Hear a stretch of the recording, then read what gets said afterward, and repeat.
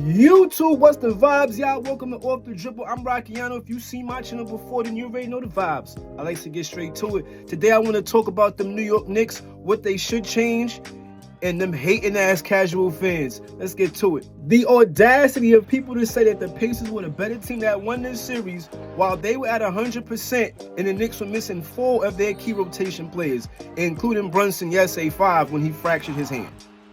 No team in NBA history that was unhealthy has gone far in the playoffs or to the finals.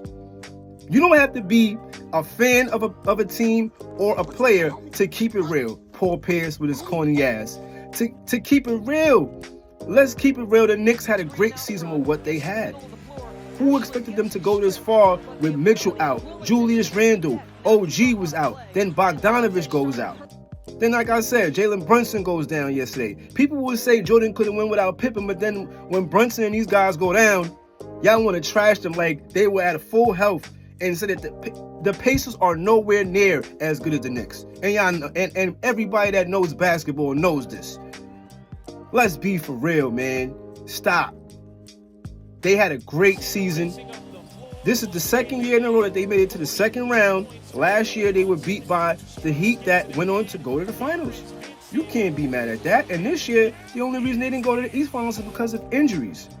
And in my opinion, if they were at 100% health, they would go to the NBA Finals this year. I'm not saying they would have won a championship, but the way that they were looking was really good. They were 20-3 with OG in the lineup. All right? I wouldn't even trade Julius Randle because he was doing better when they acquired OG Anunoby. He was putting up 25 points, 8 rebounds, and 5 assists with OG. So I think he was playing better with Barrett gone. I wouldn't even trade him.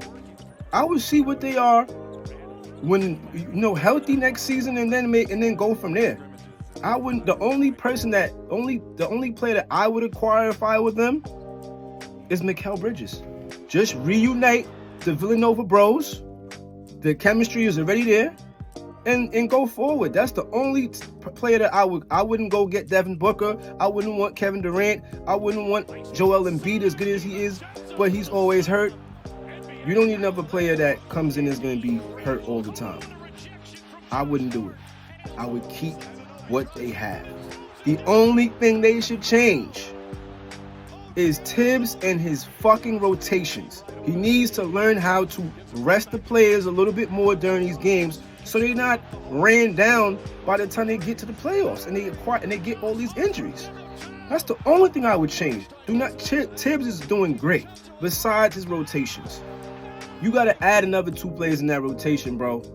What are you doing? You doing 8? Add 9 or 10, bro. You got to give these guys some rest. He still hasn't learned from the Derrick Rose situation. When he was coaching the Bulls and they were in the playoffs in the first round against the Sixers, back then they were trash. I don't even think they drafted Embiid yet, but he definitely wasn't playing. The Bulls were up 20 in the fourth, whatever quarter it was, and you bring D Rose back in the game for what? They was gonna win that game regardless, and he tears his ACL. Career has never been the same. D Rose is my dog. I liked him better than Westbrook at this time. Come on, bro. Let's keep it funky, man. The Knicks is doing. They headed in the right direction. They headed in the right direction. All right.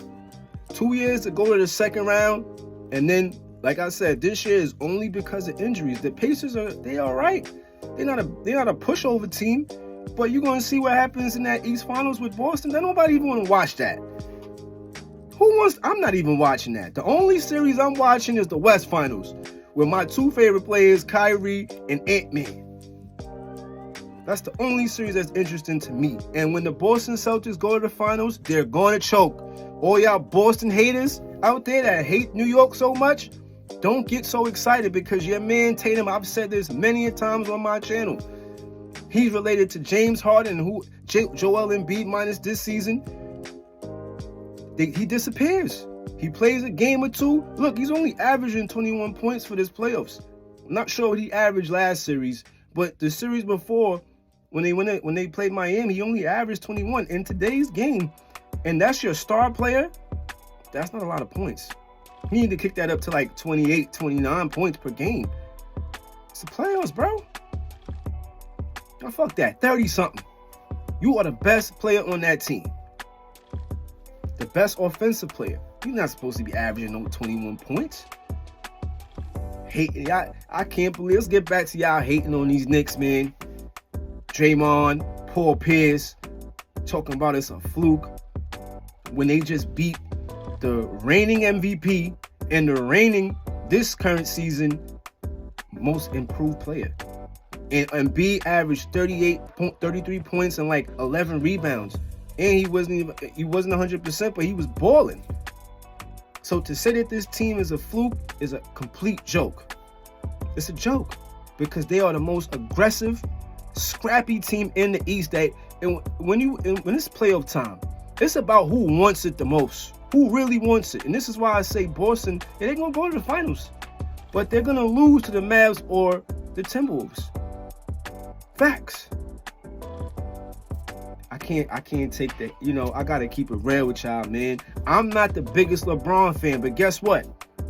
I keeps it real and tell y'all he is on the basketball Mount Rushmore. He is. But you know, people that are not fans, they want to be biased and they don't want to keep it funky. But Rockiano gonna keep it funky. This has been Off the Dribble. I'm out, y'all. Let me know what y'all think down in the comments.